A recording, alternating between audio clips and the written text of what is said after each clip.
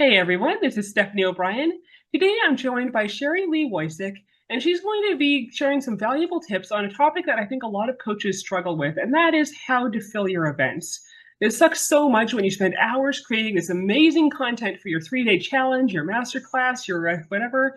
You've got an amazing offer that you just know people are going to love. You're ready to turn all these people into clients. And then you get into the room and crickets. Maybe one or two people are there. Maybe you're performing for an empty room and you got all these slides that say Q&A time or ask so and so a question in the chat, except that now you got to skip over them because nobody's in the chat. So today, Sherry is going to be giving some tips on how to avoid those situations and how to actually fill your events so you have more fun doing the events and get more money from it. So thank you very much for joining me. Oh, my pleasure. And this is such a timely topic. I spend so much time working with my clients on this because we know hosting an event of some sort, whatever you call it, whether it's a challenge or a workshop or a masterclass or whatever you call it, hosting those events are so important to generating that surge of sales that we want instead of just a trickle. Trickles are nice, but it's nice to have the surge as well. But those sales don't happen if you don't have people showing up for your events. It's easy to get people to sign up for them. The next step is getting them to show up, right? Oh, yeah. Yeah, I've had a lot of events where I had a lot of signups and not enough show ups. So, and Yeah. people watching the replay is great, but it's not quite the same as actually having people in the room. Right, right. And the majority of sales happen during the live delivery. And a lot of people don't actually watch the replay. They say they will, they have good intention, but you just said it best yourself just before we went live here is, it's easy to break promises to yourself. And so people say, well, I'm going to do that, but then they get busy and something happens and then it's down and they'll go, oh, I guess I'll get the next one. It's okay. Right. Yeah. And their urgency is lost because there isn't really urgency in replays. So yeah, we want to make sure we're getting people to show up for the live portion of it as much as possible. Absolutely. So yeah, and I'd love to learn more about how you discovered your current methodology because it sounds like you've had similar experiences to other coaches and then found a better way to do it. Absolutely. I mean, I've been in my business for a lot of years. I started in 2010 and I started out delivering done for you services for people. But then eventually, after about 6 years, I got kind of tired of always working to growing other people's businesses and not seeing my own flourish. So, of Mm. course, everybody said, hold a webinar. So I ventured into my first webinar that I ever did, and it was terrifying, and I wasn't good at it. And my coach at the time showed up for it, which made it even worse. And then I choked on my offer. And as you can imagine, there was no sales that came from that webinar, but there was a ton of learning when I got out of judging myself for it. And, over the years, I was doing a ton of things that everybody said to do: hold a masterclass, hold a webinar, hold a teleseminar. I mean, we back in the days, that's what we did. And at the end of the day, there's always still some pieces to the process, right? First, you have to put the time and effort into creating either the slides or the talking points or, figuring out what the process is during whatever you're delivering and then what your offer is and how you're going to make your offer. I always think, the first step because I want to reverse engineer everything. And if I'm not clear on what I'm delivering and what the outcome will be for the audience when they attend, I can't speak to them about attending, right? So saying things like, join my masterclass, I'm hosting a masterclass on Thursday, everybody's going to go, so Yeah. what's in it for me? Yeah, masterclass isn't a selling point. It's a expense, actually. It's a time expense. It's an Yes. anti-selling point. The selling point is what you get for the time you spend. Correct. And so creating the actual content first is most important. But then we get into the second phase, which is promotion, getting people interested in signing up. And, over the years, we've seen this change a lot. It's still very easy for people to sign up, although people are less likely to sign up for things these days than they were, say, 5 years ago. 5 years ago, it was so easy to get three, four, 500, thousands of people to sign up for master classes or challenges. People are more discerning about how they're using their time these days. So you have to be really dialed in that promotion phase.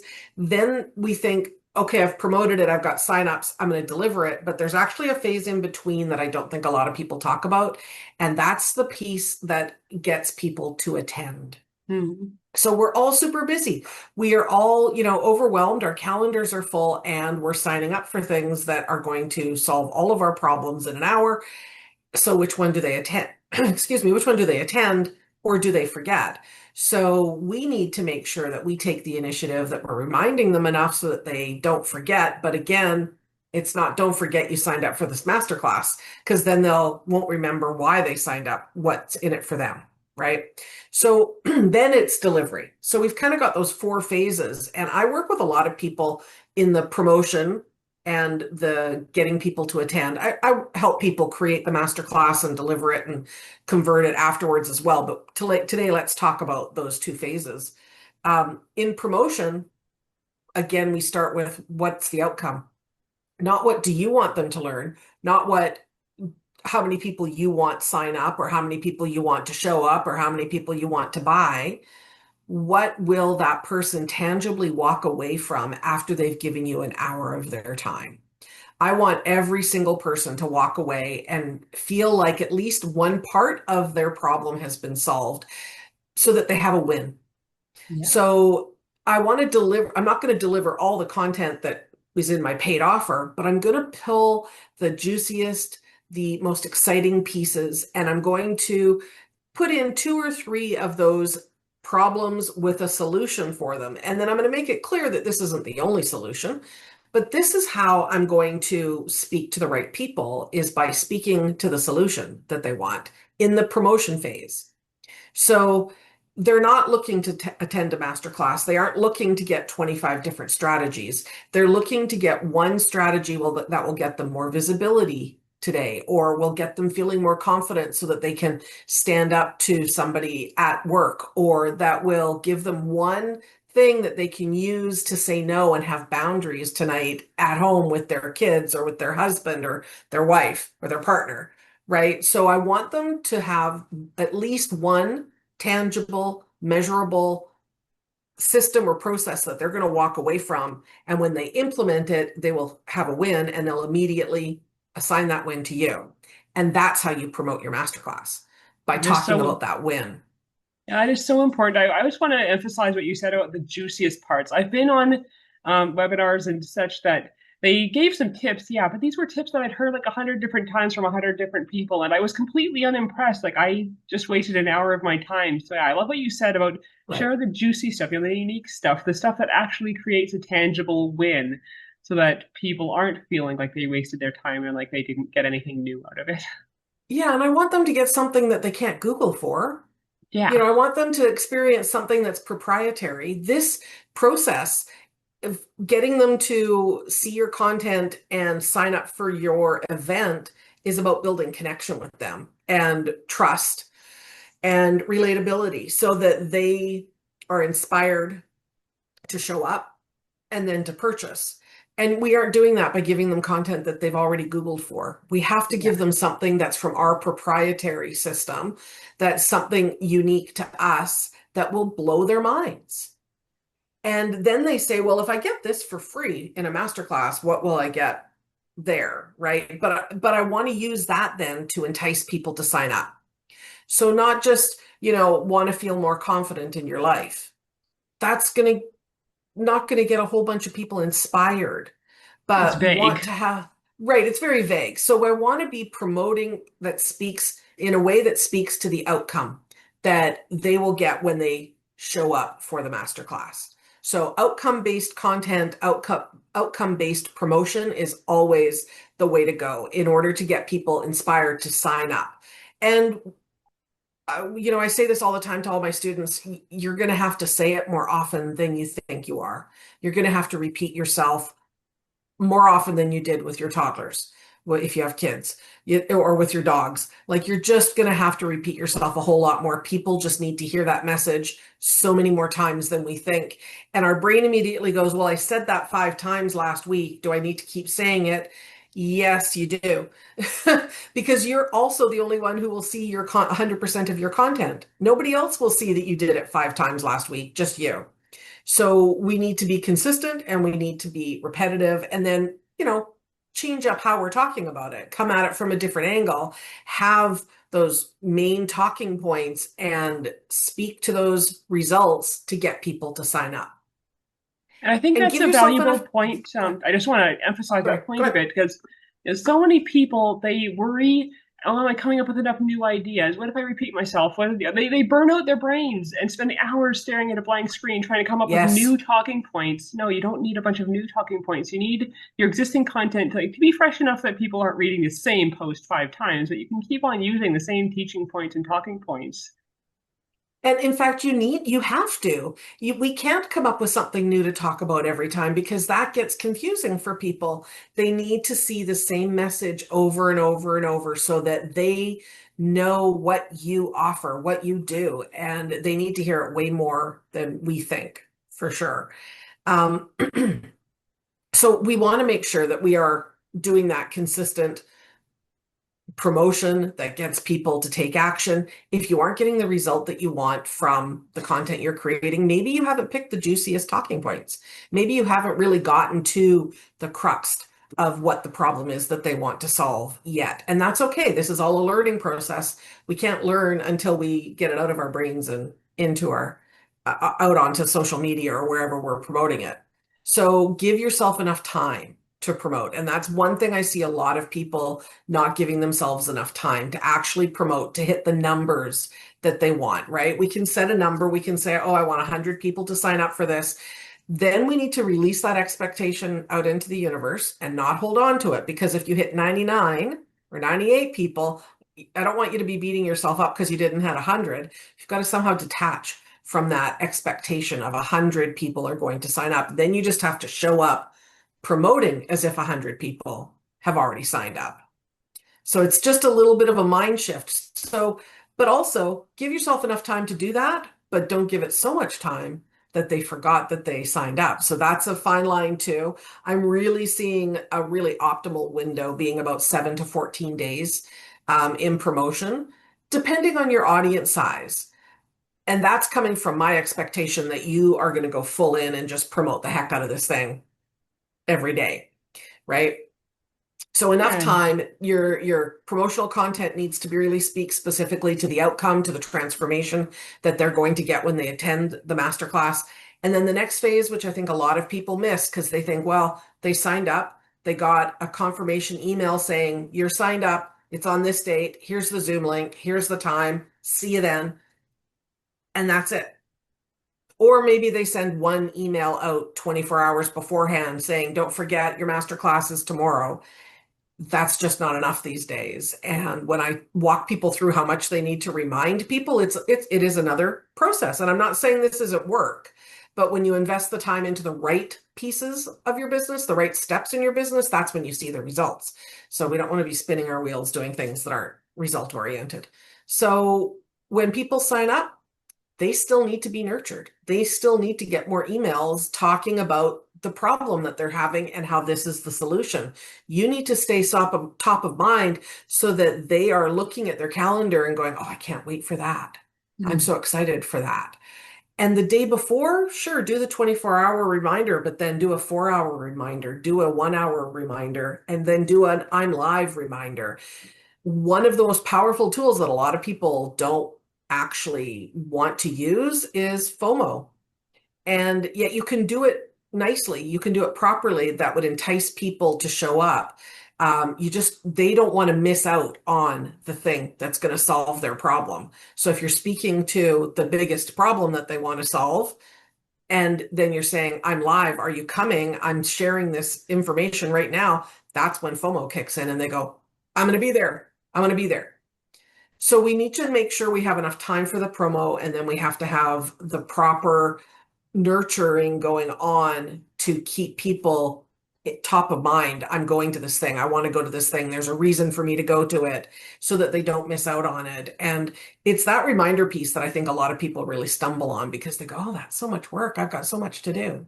Guilty as charged, Your Honor. I've been there too. But you know what happens when I do that? I don't get the results I want. So it sounds like one of the major keys to like the difference between fake, gross pushy FOMO and good FOMO is just that authenticity and helping them make an informed decision. Like, this is what you're going to get. This is how you'll benefit. This is the problem you'll keep struggling with if you don't get this information. And then they can just make an Yeah. informed decision that, yeah, this is something I need and I need it now.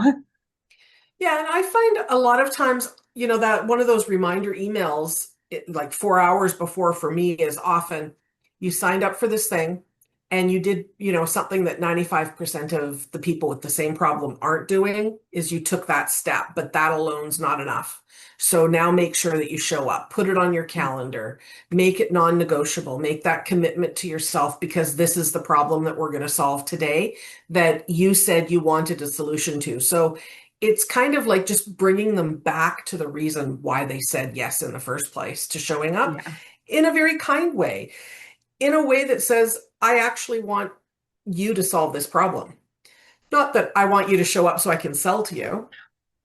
I want to help you solve this problem, but I want you to solve this problem because it will change your life. And I think absolutely. that's the thing that we need to think about as entrepreneurs is how can I help people change their lives with what I do?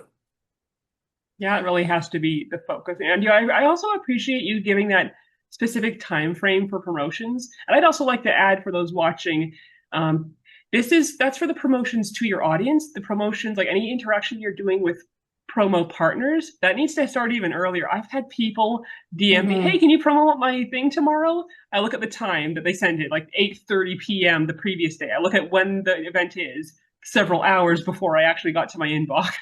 Yeah, Yeah, like, yeah, give your promo partners at least a few weeks to get this in their calendar, get it scheduled, customize the yes. swipe copy, and for goodness sake, include swipe copy. Absolutely. I mean, those people who are, messaging you the day before, they're scrambling. They're looking at their sign-ups and they're going, well, that's not the 100 that I said I was going to be. So now I'm going to scramble. What can I do? And I don't really enjoy the feeling of scrambling unless it's eggs. So I try to stay out of that scramble position.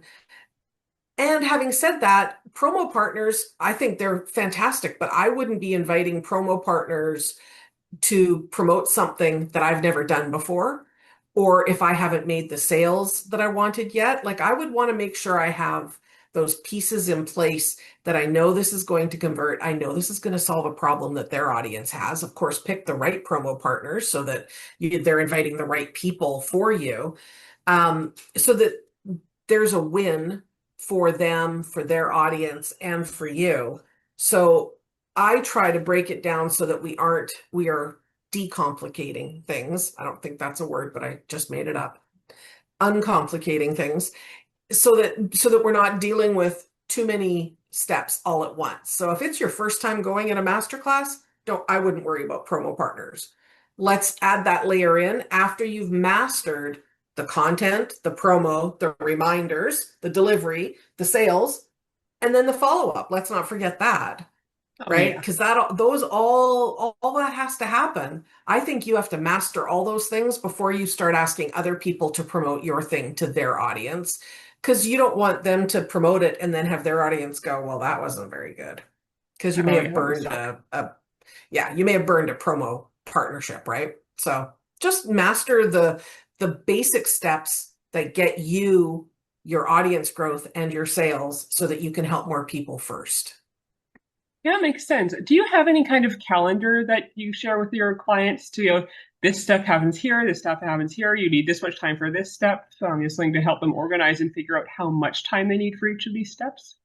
Yeah, I certainly do. I have two programs, the Six Figure Success Mentorship and the Daily Sales Academy, and they both leverage things like master classes and workshops and challenges.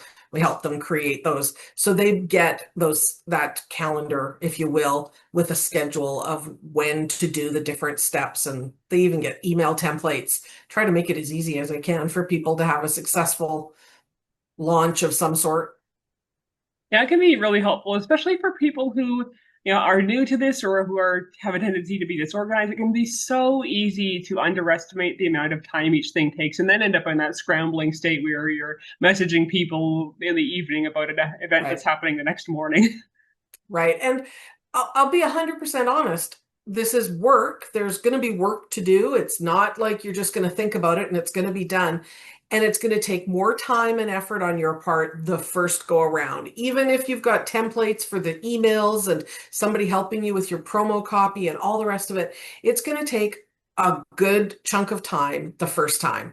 That's why we don't create from ground zero over and over again. We create one and then we repeat it and do it again. Now it takes a little bit less time because you don't have to recreate everything. You just duplicate things and change up dates and a little bit of information.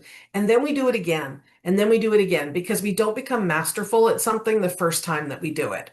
So if we want to get really good at those stages of running an event like this, we need to be willing to promote it. And I always say to my clients, run it every 6 to 8 weeks for at least 6 times before you say this isn't working, before you abandon it, because it takes that long for you to master it. Now, that doesn't mean that you're not getting sales for that period of time. You can get sales in the very first go, but hopefully you're getting maybe 5 sales the first time, and then that's growing each time, right? Maybe whatever the number is, you're getting some sales the first time, and then it's growing and you're getting more and more sales because you're becoming more proficient in the steps each time. And it's taking you less time to do each step so that you're getting time to be better at it and to enjoy the fruits of your labor.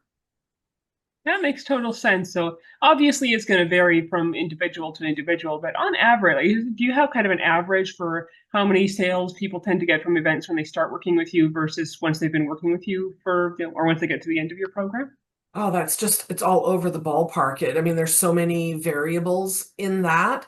I mean, if people come and they have never created a masterclass and we have to create the masterclass, um, then that changes things right away. If they aren't comfortable on camera, if they don't know how to pitch, if they don't, there's so many variables. But in general, for the people who come ready to go and take action, like my client Lorraine, she came in just guns a-blazing and she got 20 new leads and 5 new clients in just a couple of weeks. Oh, sweet. She didn't even bother doing that yet. She's just now stepping into creating events to sell her things.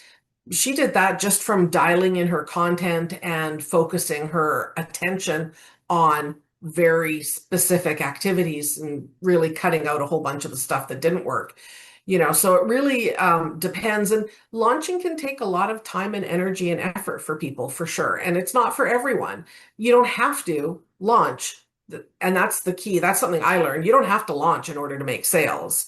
They're nice for those surge of sales, but my business, in 2020, I'd been running challenges for quite a while and always slightly disappointed. I didn't get the numbers I wanted to sign up. I didn't get the numbers of people to show up. And then, of course, I didn't make the sales that I wanted. So it never really seemed to gel. And then 2020, I came up with a whole new challenge and started delivering it. And that's really when things started taking off. I doubled my business in 2020. But the first one that I ran using that process, I decided on a Sunday and it started on Tuesday. So I gave myself 48 hours to promote it because I was under a cash crunch, which is insane.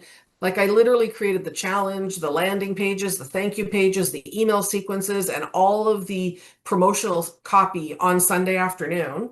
Holy And I crap. started the challenge on Tuesday and I had 164 people sign up. Wow. That's how dialed in it can be if you want to go. And then at the end of the week, I had made $5,000 in sales. And that's when I went, okay, this is absolutely something. And I ran challenges every 6 to 8 weeks after that for a long time. But you may not want to always have to run a challenge or a masterclass in order to make sales. And so knowing how to take the content from those events and turn them into evergreen content, and I don't mean evergreen on autopilot, but turn it into content that you can use to make sales between the challenges is key. Because I burned out because my revenue was only coming in from the challenges. So there was a gap between the challenge when my revenue wasn't coming in because I hadn't figured out yet how to take my challenge content, my workshop content, and turn it into content that got me sales in between. And to me, that's the sweet spot where the value of these challenges really pay off and that work really pays off when you start using them between challenges to get sales as well. So if somebody wants to have all this, to have these successful challenges, these spurts of $5,000 or more, and the ability to sell consistently in between, if they want you to help with that, what's their best first step to take after watching this interview? Thank you. That's a great question. I have the client attraction blueprint that I have created, which really walks you through how to organically grow and engage your audience to have them say yes to your events, to your offers, to your freebies, to whatever it is that you're giving, really based on what's working in 2025 on Facebook. So it's all about building connection. It's all about showing up as your authentic self and building your business to support your life through service to others, and not about burning yourself out. Kind of done with that. So 2025 is like I've turned a new leaf over, and no more building my business for anybody else or the way anybody else says I have to do it, because I don't believe that that's going to work for me anymore. So the client attraction blueprint walks you through the steps that you need in order to stand out and get visible on Facebook and to create content that your audience, your dream clients will respond to, that will allow you to move them through your process to the next step, to sales, to signups for your events, which hopefully lead to sales, to whatever it is that you're promoting. And I'd love to share that with anybody who would like that. Now, that sounds amazing, both for the building your business the way you want to in a way that makes you happy and for the authentic connection. I think we're all pretty much burned out on those people who just come in and pitch slap you. Hey, total stranger, you want to go to my event? You want to buy my crap? Yep. Yep. So yeah, it Yeah, sounds like it's going to be really valuable. yeah. I mean, that works for some people. That's not how I want to grow my business. I don't want to feel like I need a shower after my work day, Yeah. you know? Yeah, for those of you who are watching in the audience, this the link to this is going to be in the show notes. So whether you're watching it on YouTube, on my blog, on social media posts, it's going to be either in the your blog post in the description, etc. So yeah, you'll be able to find the link right there with the video. Perfect. Yeah, I'd love anybody who wants to grab it, please do, and let me know how it goes. Absolutely. So yeah, thank you very much for your time and expertise, Sherri-Lee. I really appreciate this. Well, thanks for having me on, Stephanie. I appreciate it. You're welcome. And yeah, once again, everyone watching this, be sure to pick up your copy of a free gift. And in the meantime, I hope you all create an amazing day.